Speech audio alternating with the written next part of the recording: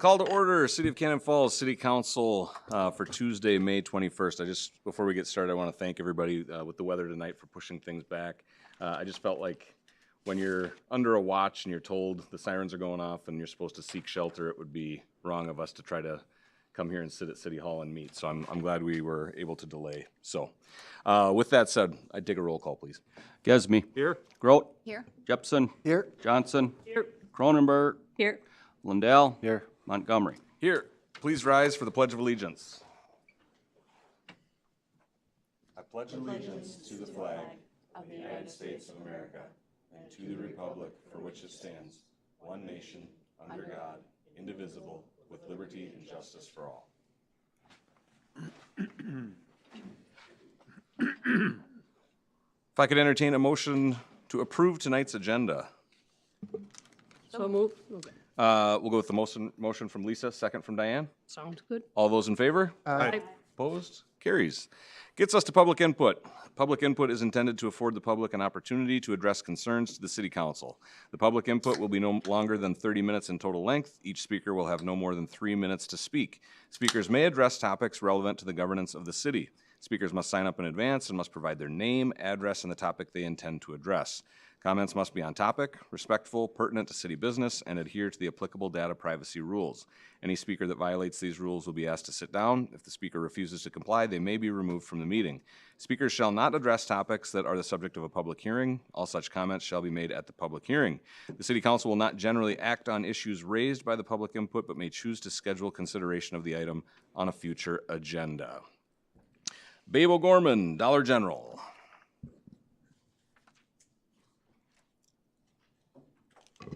Good evening.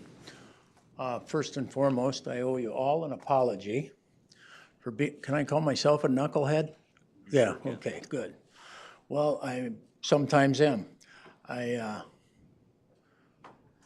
had my wife bring up off the city website the zoning map, and I was completely wrong and totally wrong, and for that I apologize. If it hadn't been for Derek blowing one up and sending one to my phone that I could blow up even further, I will, well, now I know what you're talking about. So, and Mr. Jensen, I for sure accused you of either having the application wrong or the zoning map wrong, and for that I apologize, sir. I'm sorry. But one thing that I own property within a couple hundred feet of this, across the road, and I, don't get me wrong, I think it'd be just fine. I care less, you know, that Dollar General goes there, somebody should go there. Russell Moore tried to sell it for 50 years, so that's a good thing. But this conditional use thing, I do take exception if we're going to treat that differently than, like, for instance, the Rick Knowlton property up on Bluff Drive. If you remember a year and a half or two ago, the Shelley Ryan was here, I believe it was Shelley, and went up and down how you cannot change that property. You cannot have conditional uses just because it doesn't fit the property that you wish it to fit on, because it is bare land. So just so that they're treated equally, that's all I care about. Thank you for your time, and again, I'm sorry. Thank you, babe. Next up, Randy Rexagol, setbacks. It's kind of the same thing that Babe said. I own land within a couple hundred feet of this property, and I would think that if there's going to be a public hearing, that everybody should be noticed, or everybody within within 300-400 feet should have a notice of it happening, and I never did receive a notice. I'm not against Dollar General either, but I just think that that the people and everybody who's close should be notified ahead of time, which I was not. I'm on the Goodhue County Board of Adjustments, and I know on our group, if it's a new construction, we have a hard time giving variances. We usually have it to where you have to meet the setbacks. It better be a pretty, you know, a hardship for a pretty good reason. Otherwise, we don't allow them at the county level. And here, they're asking for variances on 2-3 sides of it. And I don't really agree with that, and that's, at a public hearing, I'd be able to speak on that, but I never was notified of any public hearing. Thank you, Randy. Thanks, Randy. Jim Hernke, setbacks. Probably gonna, excuse me. Good evening. Good evening. Probably gonna be a repeat, but, yeah, I'm probably the only adjoining property owner to this property to the north. And again, I don't know, if the right guy sent it out, he probably sent it out, but I didn't receive a notice. So that's why I wasn't at the hearing. And, I'd like to be informed again, and, when it comes up, then when you wanna talk about it, I have some concerns. Thanks, Jim. Thank you. You bet. All right, that gets us to tonight's consent agenda. The consent agenda items may be adopted under one motion as presented or may be removed for discussion and resolution as council business. I'll read them off. Item A, just and correct claims, the accounting period ending May 15th, 2024. B, meeting minutes for May 7th, 2024 City Council. C, approve early model home permit agreement. D, approve hiring of unscheduled part-time employees for the ambulance department. Item E, Resolution 2755, approving variances for Dollar General. Item F, Resolution 2756, approving conditional use permit for Dollar General. Item G, Resolution 2757, approving variances for 620 Grove Street North. Item H, Resolution 2758, approving vacation for William Marsh. And item I, approve temporary liquor license for the Cannon Valley Fair Board. I would like to pull down items E and F. Are there any other items that the council would like to pull down? No. Hearing none, I would entertain a motion to approve. So moved. Motion from Lundell, second from Gesme. All those in favor? Aye. Opposed? Carries. Gets us to council business. Item A will be item, what was E in the consent agenda, Resolution 2755, approving the variances for Dollar General. Similar to what Randy said, variances for new builds, I think, kind of rubs me the wrong way, because there are other places where anybody could do what is necessary without having to ask for all these variances and follow the setbacks. Agreed. To me, the biggest one that sticks in my craw, and I applaud our planning and zoning going through it. I don't know if we've done our due diligence yet with all the parties who are involved, as the gentleman here said tonight. They haven't had a chance to talk about it. But the biggest one to me is Progressive Rail, because the railroad running through it and that setback that is supposed to be 10 feet, they're asking for like 3.6 feet. And that's where the semis are gonna turn and use that back driveway to do their delivery. And they're gonna be getting very, very close to where those train cars separate, because they split to that Y. They've got two tracks that go to the grain mill. So the fact that we haven't had all parties informed or to be part of the discussion, I don't feel comfortable as a council making a decision that could have an impact on somebody like Progressive Rail. And yes, they don't own the land, but they have the easement and operate the vehicles on the tracks. And if they said we have 10-foot, can anybody here answer why we have 10-foot setbacks for the railroad cars? If we can't, then we need to have Progressive Rail present to answer that question, because there could be some safety issues there. Anyway, to me, that's my biggest beef. Safety, number one. Traffic concerns with MnDOT, State Highway 20. I know that they gave us this alternate trucking route, but Diane, as you said, now it's just going to be pushing it to Henkel and Cannon Equipment and other, right on County Road 17. I know traffic is traffic, but there's a lot of people that live up there that are going to, we're going to be pushing them down to a one-lane bridge to get to the south part of town. I don't know. I have some issues with that. And I know that as a council, we are not to talk about bigger things, just the information that's in front of us. But to me, the biggest issue is we need to get Progressive Rail's input on this. So I would entertain the idea that we table this for at least a couple months so that we can get other people involved in the discussion and answer some of these questions. Yeah, I agree on tabling. I don't know if we can send it back to planning or something. And I don't know who sends the notices out. Evidently, if the two people right next door didn't get it, who else didn't get it? So I would agree that we table it, maybe send it back to planning, And I agree with those guys. Why does a new construction need a variance? You know, if you need a 6-foot variance, just build it 6 feet smaller or move the location a little bit. Right, then the location probably isn't right. Yeah. So I would be on board with tabling as well. So this did go through planning commission and it was approved? It did. It did, but nobody was- spoke at the public hearings, probably because they didn't know about them. We got more information after the planning commission that a lot of the neighbors weren't informed in time to voice their opinion at the planning commission, so I really think we need the input from them somehow before we move forward. I agree with it too. It's just from 10 feet to 3 feet, you know? Yeah. That was the thing, my issue. Yeah, there's a reason it's set at 10 feet, so to give them 3 is, I don't know. Got questions about that then.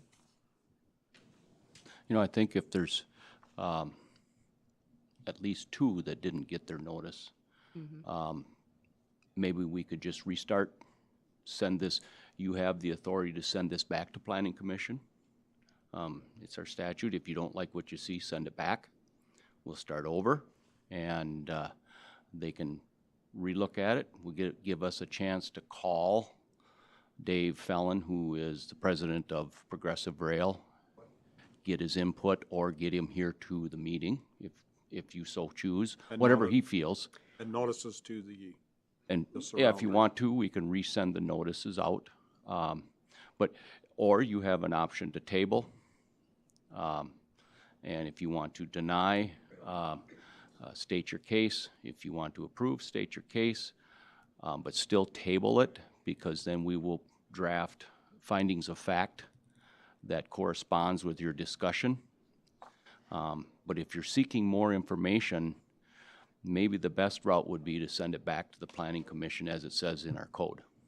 If we were to table, how long would that be to give Progressive Rail time to be involved and to notify? Would it be a month? Would it be 2 months? What would the calendar look like? 60-day rule is in effect.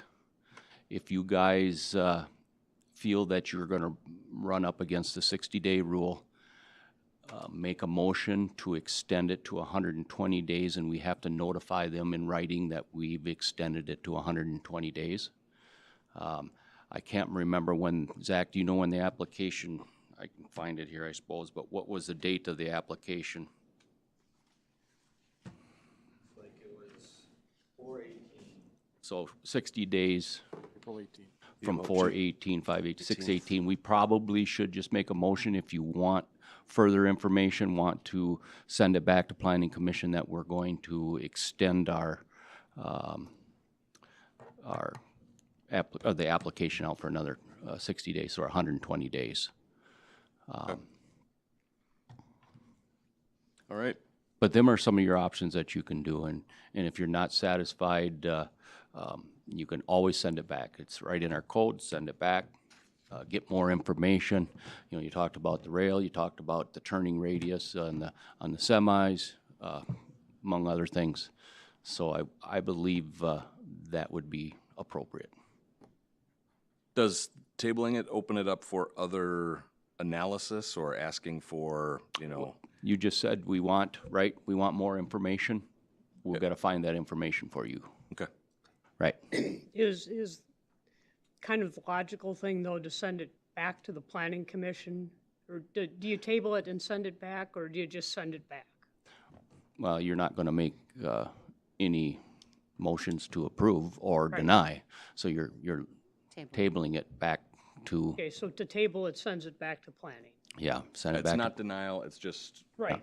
lay for information and I then. didn't know if the tabling it and sending it back to planning were the same thing or two different motions. But with that, extend your Extend it too. to 120 days. Sure. Because I think you'll butt up against the 60-day rule. Yeah. Yep. Now, can we do both of these items as one motion, or do they have to be the variance? Well, the and conditional use, you'll just have to, if you do not approve the variances, they can't meet the conditional use permit. Okay. Okay, so what was item E, resolution 2755 is what we're talking about. If that gets tabled, then item F is F is just moot gone. point and, Okay. yep. You just table it. Yep. And if you approve the variances, that automatically meets the criteria for conditional use permit. So then you'd still have to approve the conditional use permit, but you've just made it so it's approvable, right? By approving the variances prior to that. Got it. After discussion, I would entertain a motion to table Resolution 2755, the variance for Dollar General. And extend it for, 120 days. I would make that motion. I heard Lisa. Oh. Okay, motion from Diane, second from Lisa. There we go. All those in favor? Aye. Opposed? Carries. We don't have to talk about item F then that we pulled down. So that gets us through our business. So that gets us to basically reports. Chamber of Commerce, Maggie's not here. Planning Commission. I assume that was most of what we saw here tonight. We met on the 13th, and we had a number of public hearings that night. Well, the variances and the conditional use permit for Dollar General. Also, we approved a variance for 620 Grove Street North, which it was a burnt house, and he's gonna rebuild. We approved that, and we passed it tonight. And also, we had a vacation request down on Stoughton Street for William Marsh, and we approved that, and we also approved that tonight. So that's all we had. All right. Library Board. Yeah, we met last Monday. Library use is up from last month and also from 2023. And we went over the preliminary budget. And that was about it. I see the preliminary budget. There's turning red over there. Budget time. And then the special EDA meeting, that happened yesterday, and if Laura wants to speak on it, but it was item C in the consent agenda approving the early model home permit agreement. Yes, so yesterday we held a public hearing, and I have 6 lots that technically are in the process of, we held a public hearing to sell those, so we will be closing on those this week. And then the 2 model homes for Fieldstone will be breaking ground as soon as the rain quits. So that's what we're looking at. And then we did take another down payment for another lot. So we're Thanks. moving ahead. Awesome. Thank you. We'll go around the horn. Jed. WHKS was the last council, or maybe the council before that. They are accepting a grant from the state to do our lead and copper survey. I think today was the plan that they sent out some letters to the 980 homes that potentially have lead and copper. Doesn't mean they do, but there's potential. So all homes that are built after 1985, there's a law put in place so that they're not to worry. So we only have 980 connections that were previous to 1985. So letters will go out today. If anybody has questions, there's plenty of information on that letter, but I'm sure we'll hear it here at City Hall and everywhere else as well. So. All right. Thank you. Zach? All right. Laura? I just wanted to remind everyone that the active transportation planning grant, that interactive map is out there along with the survey. So I did put it out on our Facebook page. It's on the Community TV website, and I will have a link up on our city government page as well. But the more information that people can put out there, what they feel is a good place, a bad place to walk or bike, the more information we can collect, the better it will make our plan be for MnDOT. Thanks. Are they having a public meeting? Are they inviting the public? Or no? We're doing, on January 25th and 26th, we're doing a walk and bike audit around the town. So I will actually be asking for people to participate. We're going to be breaking up in different groups around town on that those 2 date days. again? I'm sorry? The date? The 25th and 26th of June. So we'll be looking for different people from all different demographics, kids, parents, active seniors, parents, whatever. And we'll do different areas around town and kind of walk, like I said, walk and bike and kind of identify different areas that are safe, unsafe. So if anyone's interested, they can reach out to me. My contact information's on the website. So, How long is that survey open? probably through, probably at least till the beginning of June. Good. And then I'll also talk to someone at the Beacon and probably get an article in there, and then also maybe a QR code people can scan it. It'll take them to the link as well. All right, thank you, Laura. Lieutenant Berg. So we had a little active weather today. Mm-hmm. I'll just remind people, initially when you heard the sirens go off, the city limits was not in the warning, but when Goodhue County activates the sirens anywhere in the county, they're gonna activate them here. In this case, the storm definitely was coming our way. We were fortunate enough just to get a lot of rain, but it was a lot of rain. So hopefully those roads are nice and clear now. We got all the sand off of them and the motorcycles will be safe. Better news is Lake Bilsby started to fill on the 15th. It's only filled about a foot. It's got about 2 more feet, so hopefully a lot of that water coming will maintain Lake Bilsby, and we won't see much for flooding, but we are gonna keep an eye on all those river levels and work with any homes that are affected, so. Hopefully no more rain for the week to let this calm down. Thank That's all you. I got. Sarah, Neil.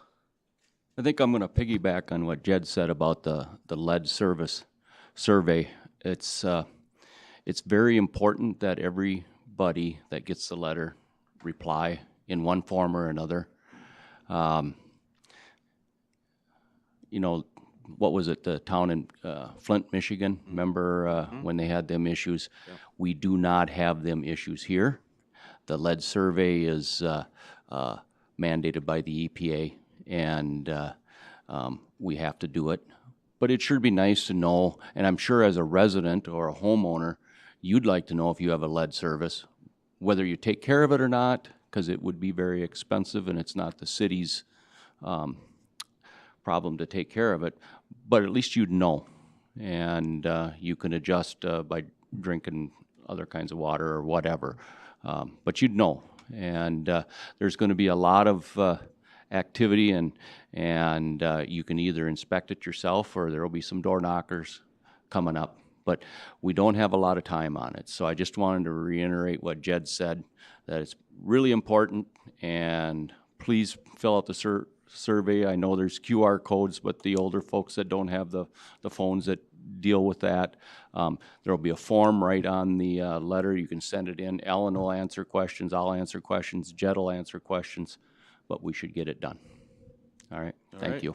Thanks, Neil. Can I, Yeah. for those two on the lead issue, do we have any access to, if somebody has a lead service line and they want to test their water to see if there's any lead leaching in it, do we have access to anybody who does that testing?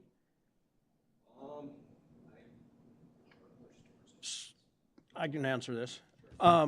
So I think it's every year, we do a lead and copper test. So if somebody does know that they have a lead line or whatever wants to, they can contact Public Works and we can have them be one of our sample places. How many samples do we get?